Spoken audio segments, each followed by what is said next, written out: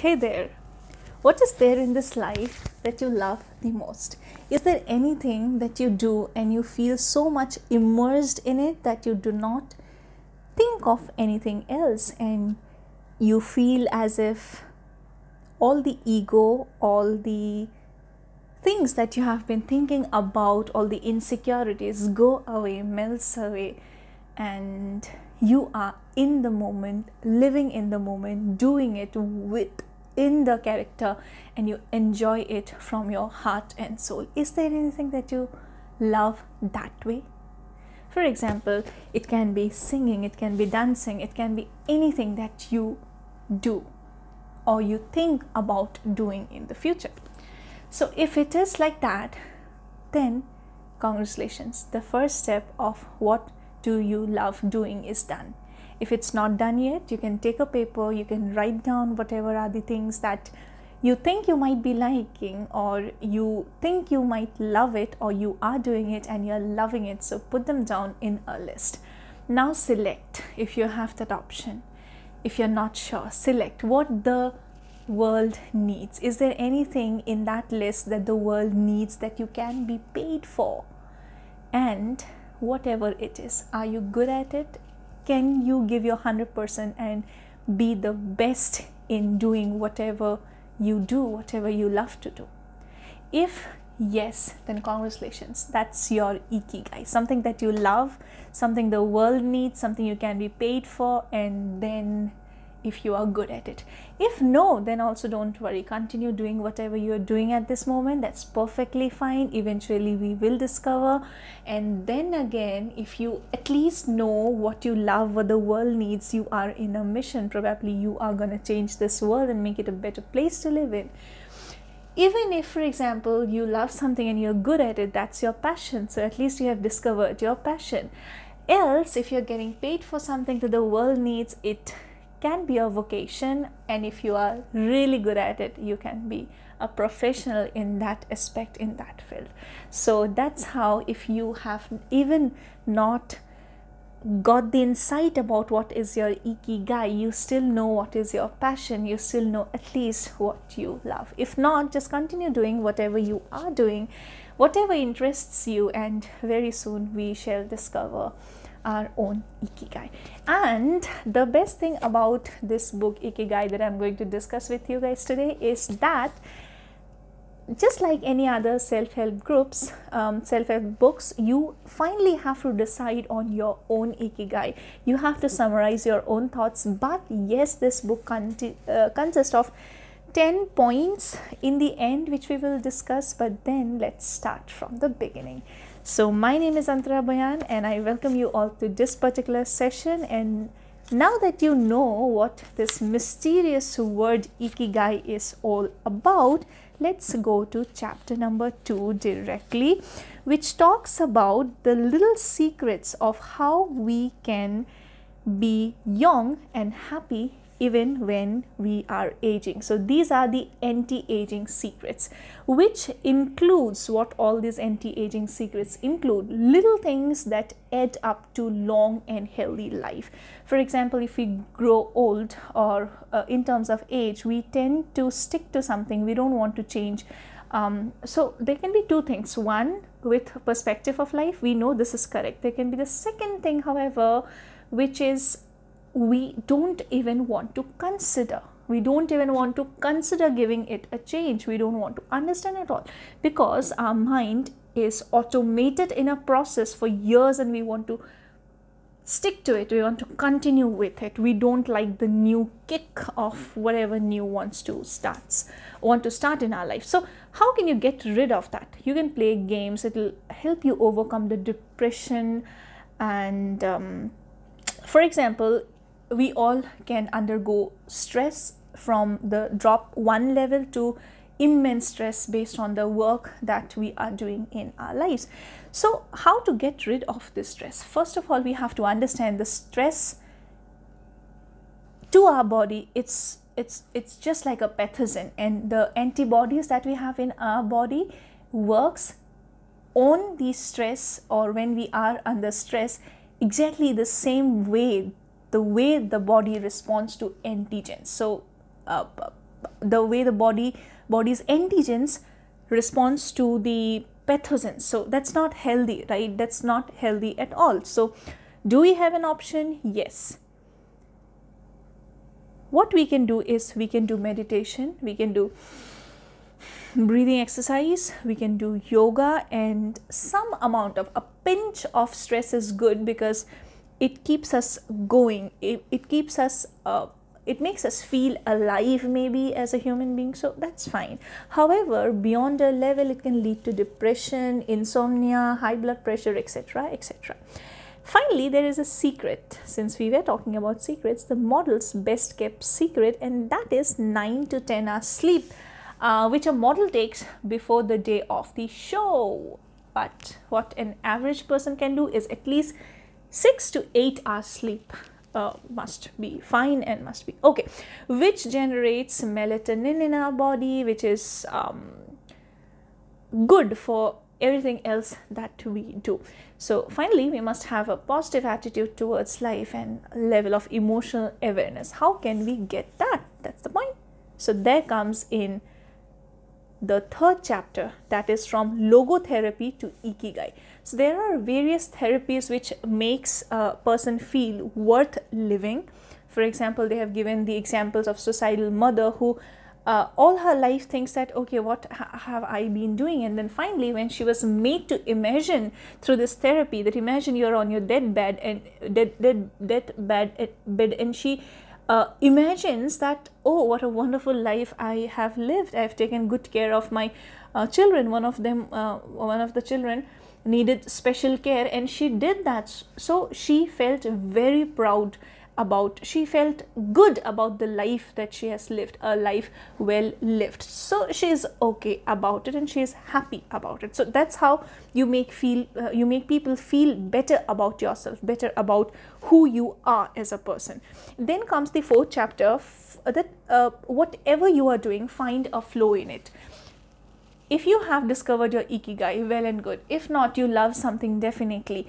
If not, do whatever you are doing, but whatever you do, give your heart and soul, give your 100% to the work that is in your hand.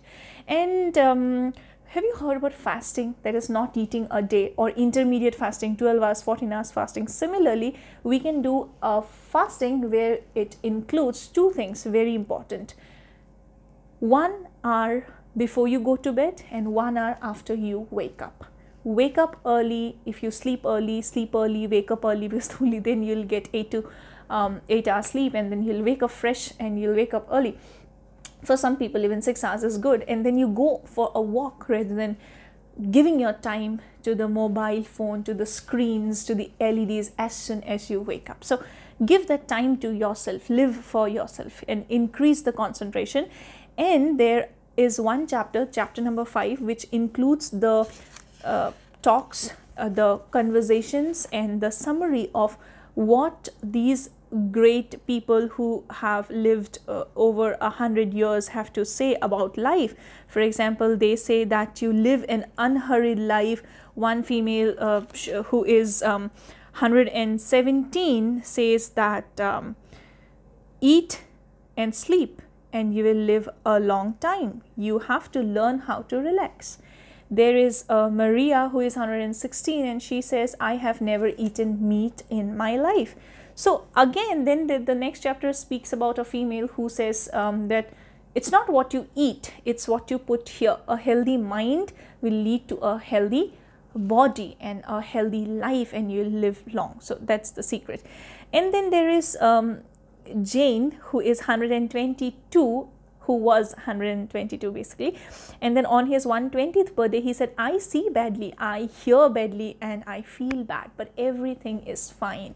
So he says everything is fine. Then there is Walter, who is 114, and says that if you keep your mind and body busy, you will be around a long time. There is Alexander, who says, I just haven't died yet. So they're so, you can say, full of life, and they enjoy whatever they are doing in their life. And even though hard circumstances must have come, but then there is a thing, there are a few points which you can say include in your life. For example, they have said the next chapter, chapter number 7, which speaks about what the world's longest living people eat and drink. Okay, what they have said is done. Now what they eat and drink. So sugar, salt and less calories. That is, less sugar, less salt and less calories.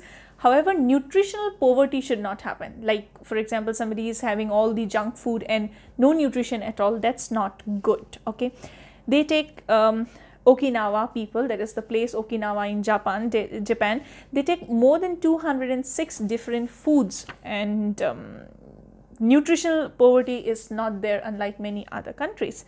They eat 5 servings of fruits and vegetables in a day, and sugar, salt and calories have to keep a check on that. Then there is Hara Hachibu, which says that 80% rule. If you are hungry, then eat, but 80%, 20% you still have to keep. That's the rule of digestion, and that's how it works. Then they have mentioned the 15 natural antioxidants like green tea, tofu, tuna fish, carrots, etc., which can be included in the meal. Then the secret of a perfect blend of green tea plus jasmine, which is one of the best form of antioxidants. However, green tea can also be substituted with white tea. That is also equally good. Then comes to the gentle movements, longer life, exercise from the East, and this is how you can promote health. There are many things given in this book. I would pick up 2. One is yoga from India, and another is within yoga itself, the Surya Namaskar, which has been given a sun salutation in this book. You can Google it, you can watch a video on YouTube and you can practice it. It's awesome for the whole body, so you can try it and comment how it is working for you.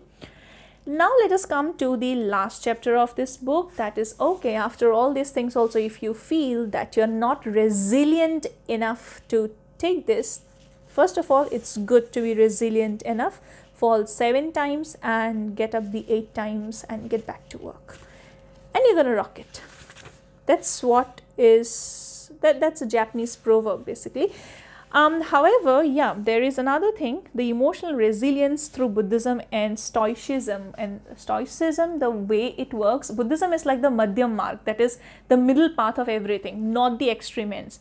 No poverty or no complete deprivation and no king size life. So it's the middle path in everything that you do. It's the middle path. The extremes are not a thing in Buddhism, right? So that's the thing. Then Stoicism, just to give you an idea about, it's like the risk analysis factor. For example, you want to start a business. What is the worst thing that can happen? Are you willing to, you so badly want to start a business, somebody may just give it as a collateral, give the entire property he owns as a collateral to the bank. Imagine the worst situation, the business does not work.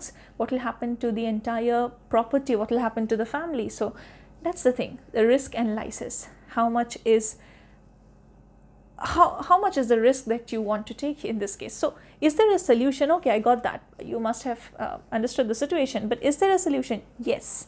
Don't get worried about thinking this thing, that what is the worst thing that can happen.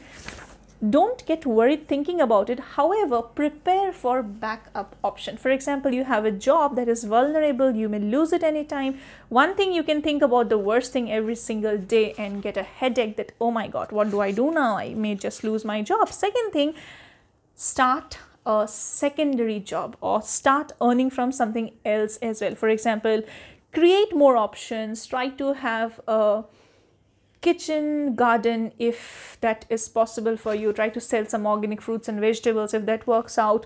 Have a rice field, paddy field like the people in Japan have, most of them do. If not, then try to have some backup option to lean on, to count on something. And same goes with relationships. Give your heart and soul 100% to the relationship, but then don't forget you also have friends. If something goes wrong, then you can count on them.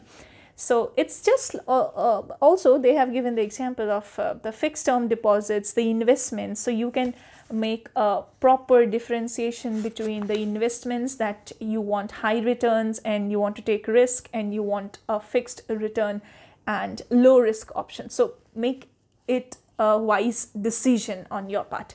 Get rid of the things that make you fragile. That doesn't mean just get rid of everything, just let go. Try we'll just talk about it in the next chapter, but as of now, get rid of anything that is spoiling you. Try to develop good habits, only stay around with good people. Now, does it mean that you just break off everything? The thing is, the beauty of imperfection is also beautiful. A broken cup is sometimes joined with the help of glue, etc., and that's a form of art in parts of Japan. Why? Because that's how they see imperfections to be a part of life. Anyway, the final page of the book, the final chapter of the book, the chapters are now over. It's just like some summarized points which speaks of 3 things. Then we will go to the 10 points. Happiness is always determined in your heart. It's all within you. External factors are not something that's going to define your internal happiness. That's the pursuit of happiness if you've watched the movie. Then there is keep going, don't change your path. So that's what we mean by just don't leave a person, leave a job, leave anything and change the path. Yeah. Why? Because keep going. Don't just change in a click. Think about it. Do a proper risk factor analysis. What's the worst that can happen? Include everything that you have learned in this book. Make your markings and take a decision. And then, once you discover your Ikigai, pursue it, nurture it, be the best in whatever you are doing. Let's conclude it with all of us are searching for meaning in our life. Our intuitions and curiosity are very powerful internal components that will help us to get to know what is our Ikigai, right? Let's quickly revise the 10 golden rules. Stay active and don't retire. Keep going on. Take it slow, walk slowly. If it's your profession, then do your best. Do whatever it takes to polish your skills so that you will become the best person in the job that you are doing. Don't fill your stomach 100%. Keep it an 80-20 rule. Keep space for a fruit after you eat, for example. Surround yourself with really good friends because they work like medicines, and get in shape before your next birthday. If it's hormonal, okay, it's understood. Otherwise, yeah, get back to shape. Applies to me too. Thank you. Then keep smiling. Always keep smiling. Cheerful attitude is not only relaxing, it is also something that will help you to make friends. So have a smile on your face, because a smile does not cost you anything. It only will generate more positivity in here, and in the world, right? Reconnect with nature in some way or other. Nothing else, keep an indoor plant. That will also make you feel good. Give thanks for the world so sweet, for the birds that sing, for the food we eat, for everything. So have that attitude of thanksgiving, giving thanks to Almighty, or your friends, your family, even if you are an atheist. Then live in this moment, one day at a time. This moment is also equally important. So live here. Focus on where you want to go, but then also this moment should not be just left behind. And finally, follow your Ikigai. So all the best to you on that. And if you like this reading, if you like the way I presented this to you, then please give it a big fat thumbs up, and do not forget to share it with your friends as well. Thank you so much for joining me in this particular session. This is Antara signing off. Take care and stay blessed.